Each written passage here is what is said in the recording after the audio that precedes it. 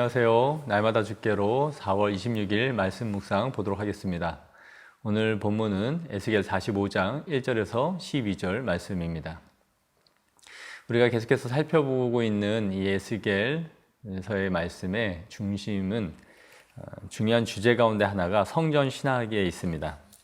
하나님께서 이스라엘 백성들이 예배를 더럽히고 패역한 행위를 일삼자 성전을 떠나시는 것을 보여주는데, 그것이 앞서 10장, 11장에서 우리는 볼 수 있었습니다. 그리고 그렇게 떠나가신 여호와께서 그의 백성들 가운데로 다시 오시죠. 그게 40장에서 43장에 우리는 앞서 볼 수 있었습니다. 이제 이스라엘에게 이제 필요한 것이 무엇입니까? 바로 예배의 의식을 새롭게 확립하고 또 하나님 앞에 드리고 그분에게 나아가야 할 이 제사를 위해 재정비해야 할 필요가 있었습니다. 그리고 잃어버린 그들의 땅을 재분배하고 나누어 주는 일들이 이제 47장, 48장에 이어서 나오게 됩니다. 오늘 우리가 읽은 이 본문의 말씀은 이스라엘 백성들의 땅과 관련되어져 있는데, 특별히 제사장들에게 땅을 분배하고 또 여호와를 위한 성소를 위해 땅을 구별하여 드릴 것을 말씀합니다. 하나님께서 제비를 뽑아 나눌 땅의 한 구역을 거룩한 땅으로 삼아서 여호와께 바치라라고 오늘 말씀합니다. 그리고 그 성소에서 하나님 앞에 제사의 직무를 수행할 레위인들을 위하여 또 땅을 구별하여 바칠 것을 말씀하고 있습니다. 이어지는 4절부터 거룩한 성소를 위해 구분한 땅 안에서 다시 성전 직무를 수행할 레위인들을 위하여 그들에게 땅을 줄 것을 말씀하고 있는 것이죠. 그리고 레위인들은 그곳을 거주지로 삼아 집을 짓고 마을을 이루어 살 것을 말씀하고 있습니다. 이 말씀을 보고 있으면 우리는 민수기에 나오는 이스라엘의 정복 과정을 다시 보는 것 같은 느낌을 받게 됩니다. 이스라엘은 정복 전쟁을 하고 나서 제비를 뽑아서 지파별로 나누어 가졌죠. 그리고 나서 레위인들은 기업이 없으므로 각 지파에서 땅을 조금씩 분배해 받았습니다. 그리고 이들은 이곳에서 성전 직무를 담당해 나아갔던 것이죠. 그런데 오늘 여호와께서는 다시 제비를 뽑아 나눌 이 기업에서 여호와의 성전을 위하여 땅을 나누고 또 그 안에서 레위인의 땅을 구분하여 드릴 것을 말씀하고 있는 것입니다. 우리는 이 말씀을 통해 하나님께서 이스라엘을 회복시키시면서 무엇보다 그들의 땅을 회복시키시고 있다는 것을 볼 수 있습니다. 그리고 그 땅의 회복의 중심에는 성전이 회복되는 것임을 보여주고 있는 것이죠. 그리고 그 성전에서 하나님을 섬길 제사장들을 위한 땅을 다시 구별하여 예배 드릴 처소로서의 이 모습을 계속 갖추어가고 있는 것을 오늘 본문은 보여주고 있습니다. 이제 이스라엘 백성들에게 있어서 회복된 땅이라는 것은 성전을 중심으로 하여 하나님을 섬기는 것에서 시작될 것임을 말씀해주고 있는 것이죠. 그러므로 이스라엘의 땅은 거룩한 땅이요 또 예배하는 땅이며 하나님과 교제하는 축복의 땅인 것입니다. 이제 회복될 이스라엘은 다시 성전을 세울 땅과 또 섬길 레위인들의 거주지를 먼저 세움으로써 이스라엘의 회복이 성소에서부터 시작된다라는 것을 오늘 본문은 보여주고 있습니다. 그러므로 우리가 이 본문을 통해 우리에게 적용해 볼 수 있는 것은, 하나님은 우리의 회복의 중심이 성전이 되게 하시고 하나님 중심으로 살아가게 하시는 데 있다라는 것입니다. 이스라엘 공동체는 먹고 마시고 번창하고 그곳에서 자신의 영역, 땅을 넓혀가는 것을 목적으로 하는 그런 나라가 아니었습니다.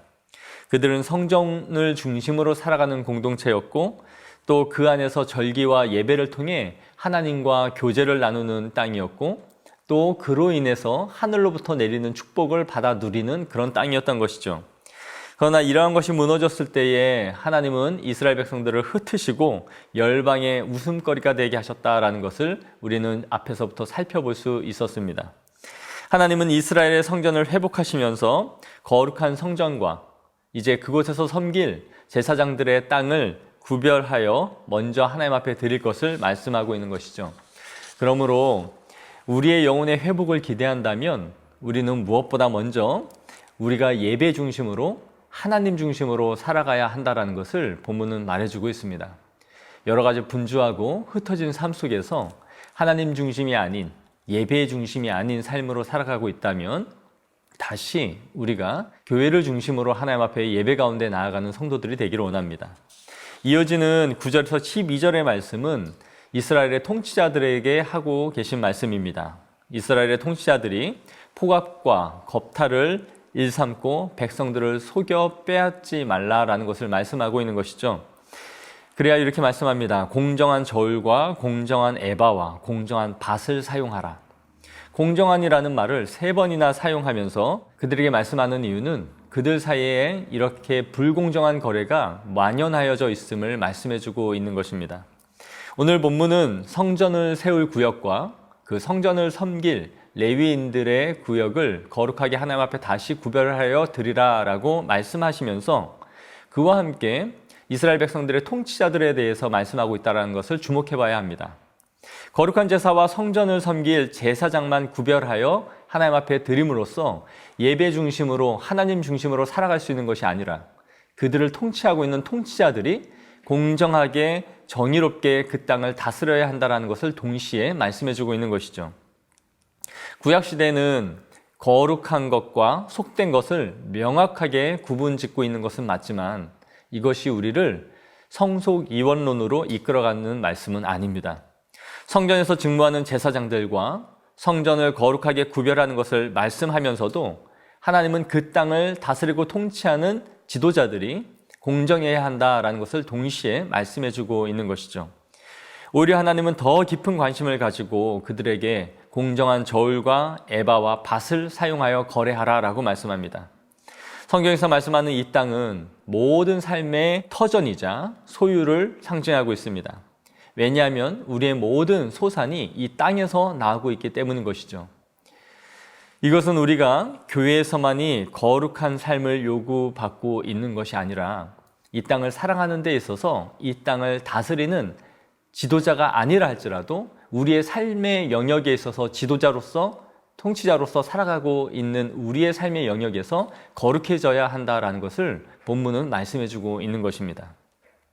주일을 거룩하게 지켜야 하는 이유는 6일의 삶이 주일보다 속되기 때문이 아니라 주일이 거룩하기 때문에 6일의 삶도 함께 거룩함을 우리에게 말씀해주고 있는 것이죠. 그러므로 오늘 우리가 이 말씀을 통해 우리의 영혼의 회복을 위해서 우리에게 가장 필요한 것은 다시 하나님 중심으로 또 예배를 중심으로 우리가 회복되어져야 한다는 것을 말씀해 줍니다. 그리고 우리의 거룩한 영역들이 회복되길 바랄 뿐만 아니라 그 영역들이 세상으로 살아가는 우리의 삶의 영역으로 확대되어지기를 간절히 축복합니다.